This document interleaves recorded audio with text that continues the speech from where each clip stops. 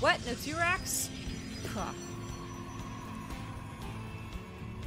Brand new best of 3. The second semifinal. The winner of this will go on to face Time in the best of 5 finals. In the top left, it is the red Protoss, Zoun. In the bottom right, as the blue Protoss, it is Drogo. KR tournament with few Koreans. WTF. Well, again, to be specific, this is an Asia Open Cup. The default server is Korea. But many of the players playing today live in Korea, such as Drogo, are Korean, such as Zoun, or are in a similar region time zone. So, like the Australians. Or the Chinese players. I don't think we had any Taiwanese players sign up today. It was all Chinese flag, but anyways. Or Taiwanese players. That is what this encompasses in terms of what server preference you would want. Obviously, Australia has the Australian server on NA, but no one wants to put a tournament on that preference. No one. So, these names are often just used to say what server would be default.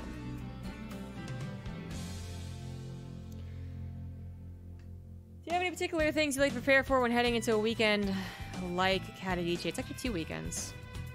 This will be the first time I'm casting a week-long event, so it'll be a new challenge for me, but it's pretty much the same deal, by the way, to proxy pylons that are fakes. Both of them getting probe scouts as well, so they can try and determine that. This probe scout's actually kind of late, though, because it did go scouting, but it saw the pylon, which is perhaps even better than getting into the main base.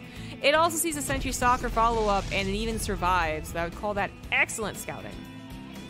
For Drogo, he has not seen the pylon. He has not seen a nexus either. He did see the entire main base, the lack of the lack of the natural pylon.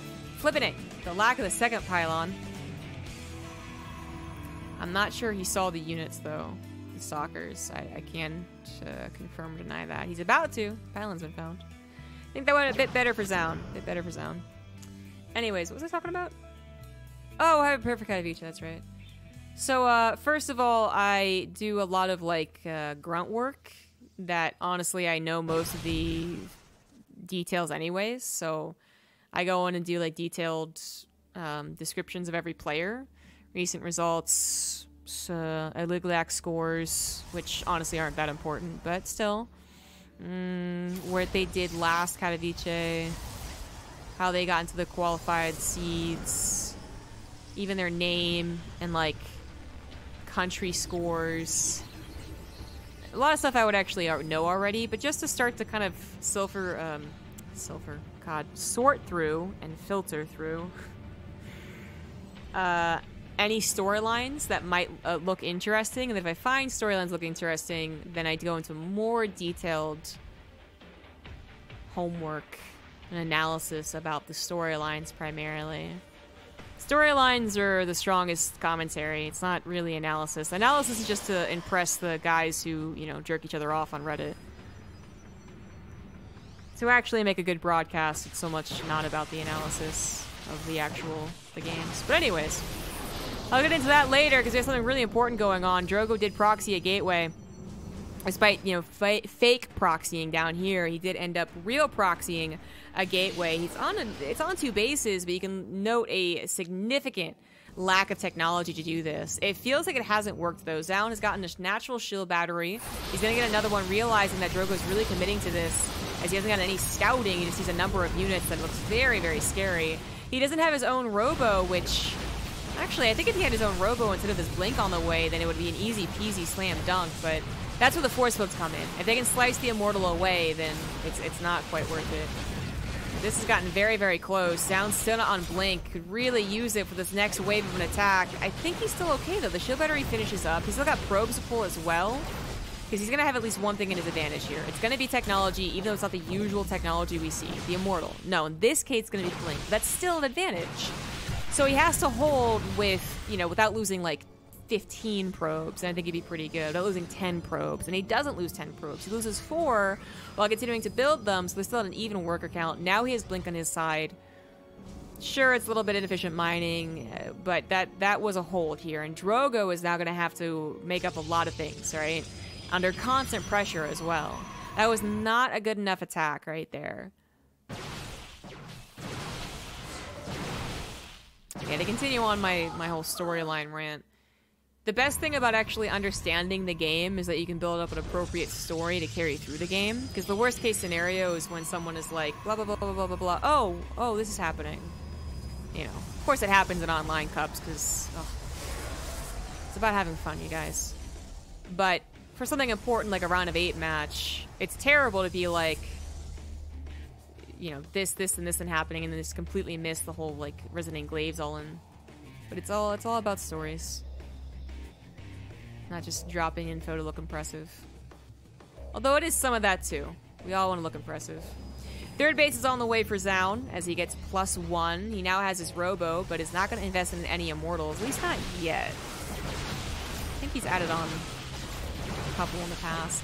Not immediately Blink microing. Losing 1 felt very weird. Almost like he forgot he had Blink. A couple of Adepts. Once again, going to try and get into the main base. Forceful will not stop that. No probe to stop it either. And no units for Zoun back at home. He grabs a Stalker in revenge, but is that worth losing a decent number of probes? Oh, good body block. Amazing body block, actually. Drogo going also the unnecessary way around, it looks like. If he had been here, I think it would have been a little bit easier to grab a couple more. But you know what? Despite that awesome body block, 6 probes still go down. Drogo getting a tiny, tiny lead there in the workers, but they're all... He's on 2 bases. Zoun's going on 3 bases. I think it's a little more important. He's going to have a 3rd Nexus, triple probe production, and more efficient mining. Damn words being so close to each other. He's got more efficient mining, especially as we get into 8-9 minutes and mineral patches start mining out.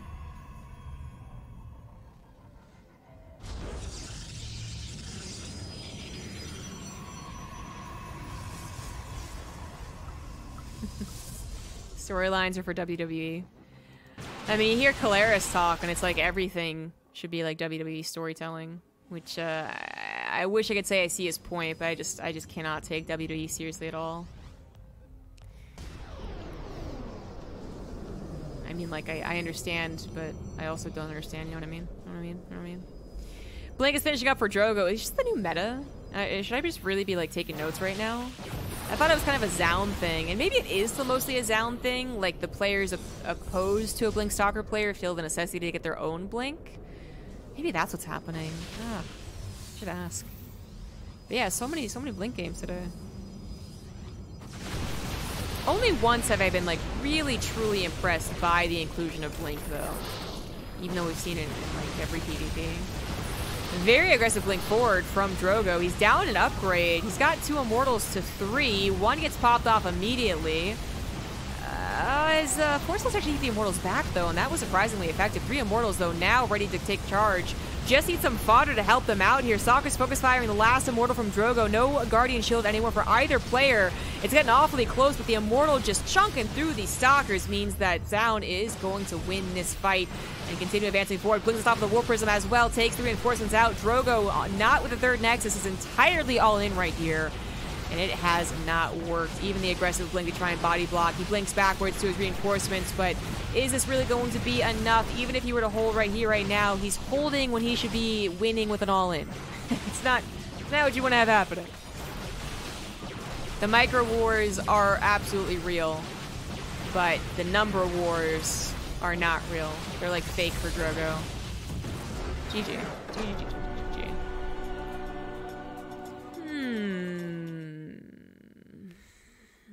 Zoun and Blink. I gotta reconsider here. I gotta think on this. Do I like it or don't I like it? Is this the new thing or isn't it? I feel like PvP is very fashionable. Who's got the latest fashion? You know, Korea has the weirdest thing about like food fashion. Trends, I should say. Food trends. I feel like every year I go to Korea, there's a new food trend. This year, apparently, I haven't been to Korea this year, but I do live like next to a Koreatown, and people were like lining up at a porridge place, funnily enough, but a porridge and bingsu place. They were lining up for a tiny little shop that was like in it that was selling corn dogs. And I guess that's like the new hot thing in Korea. I think PvP is like Korea's food trend. I can't follow it and I don't understand it.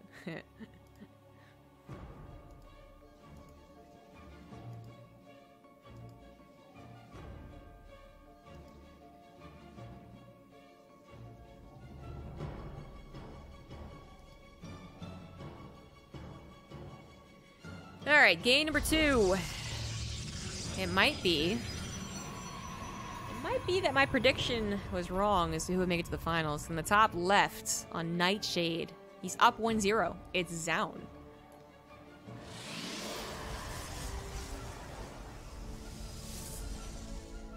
In the bottom right, as the blue Protoss, it is Drogo.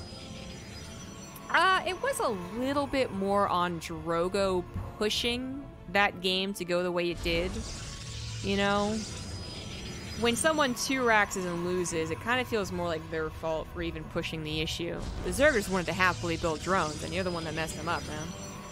And that's kind of the feeling I got there. Like, Drogo went for a rather odd attack, right? It was 2 gateways, Nexus 3rd gateway, or something along those lines. Very close to each other. So 3 gateway attack, but with a slight delay and less minerals put into it initially. I could see how it works. I'm not saying it's bad. Like, Drogo wouldn't do a bad build. Or maybe he would because it is bad. Because it, you know what? I'm not going to do it. I was going to do the whole, like, PvP is a mind game and a mind game and a mind game explanation. But I'm not. Point is, I could see how it would work. And it got kind of close. It did. If Zoun didn't have a shield battery from the get-go, maybe it snowballs. If he didn't build a second shield battery, maybe it snowballs. If he had a worse con, you know, so on and so forth. I'd say it would work, but it was kind of on him. He forced the issue on those 2 bases. Zoun held with an upgrade advantage, blink. And then from then on, it just kind of felt like Zoun just didn't let his lead go. He'd be okay, which he didn't, despite letting a couple of adepts in. So we're gonna pay attention to Drogo in a macro game versus this guy, because I feel like Drogo is a very good player at looking at the game being like, aha, I know what you're doing and I have the perfect response. Like in his PvZ that we just saw, he had a pretty damn perfect response to a 12 pull. He had a pretty damn good response to those 7 mutas that can be tricky. I mean, he really just played to his opponent, almost like a Zerg usually does, right? And I feel like you can do that with PvP. Once again, all these proxy pylons. To be clear about these proxy pylons, by the way, yeah, they're fakes. They're forcing everyone to look around and just constantly be afraid of proxies, like real proxies. They also aren't too shabby for warping in adepts. Random adepts that can get 8 probes. Well, Zoun's is shabbier than Drogo's, to be fair. You don't really want to warp in adepts from this pylon. But speaking of pylons, what's this probe doing?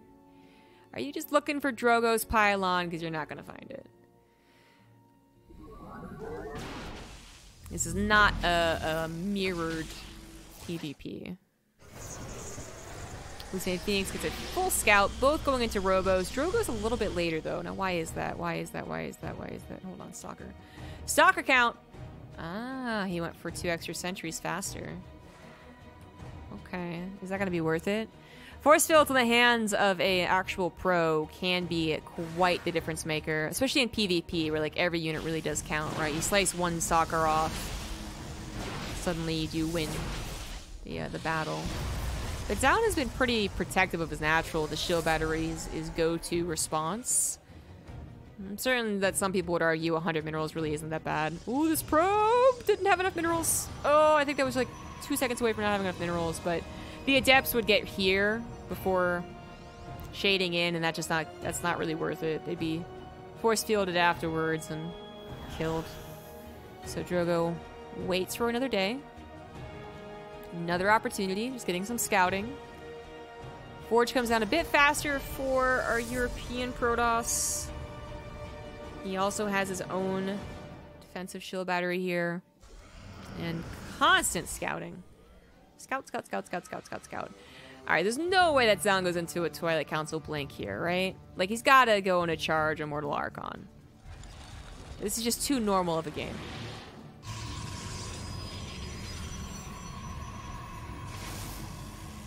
It's corn dog meta. Yeah.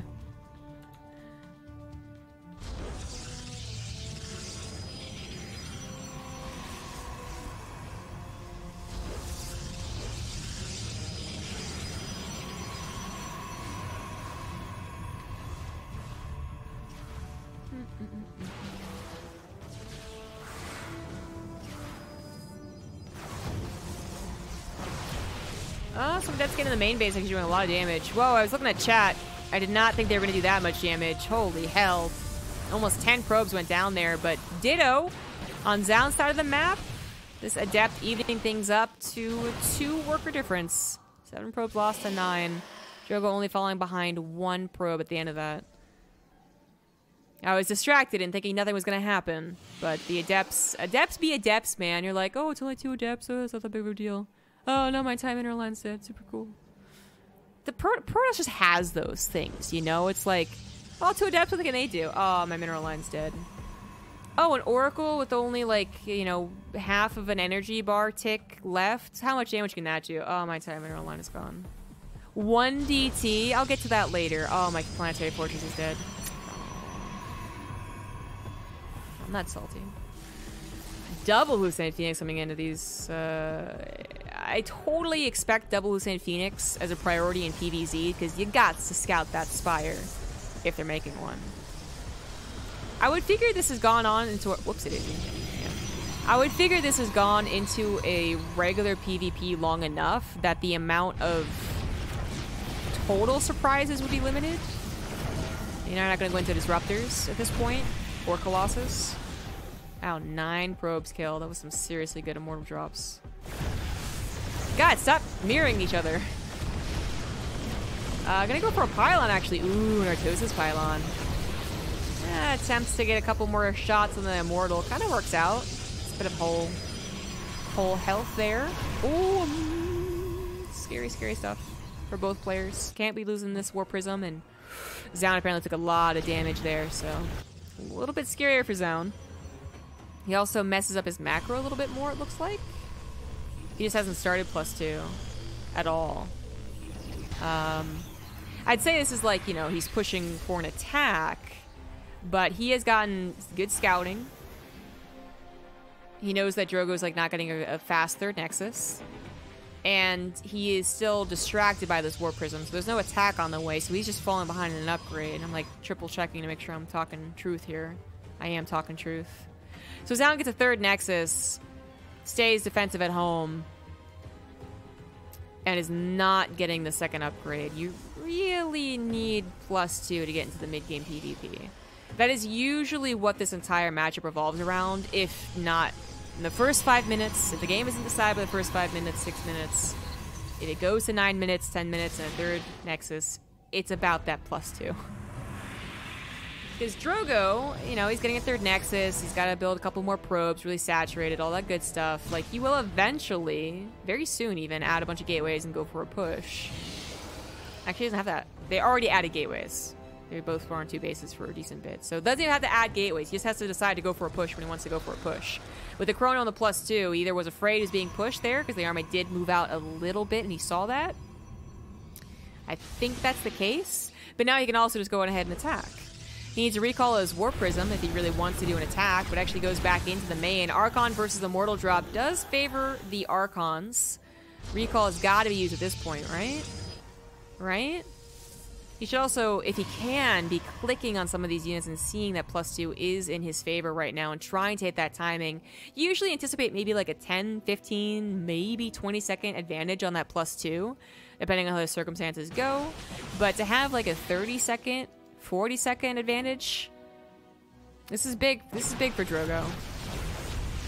Trying to focus right on the Warp Prism. He grabs it, so now the Immortals will also go down. Quick recall here from Drogo, but much more importantly, as he saves his 2 Immortals, he is pushing into that 3rd base. He's got a lot of Archons. He's got a Concave. His Sentries, though, getting actually a little isolated there. They almost went down. No Guardian Shield there from our blue Protoss, so that +2, maybe not as important as the Guardian Shield sometimes. I wonder.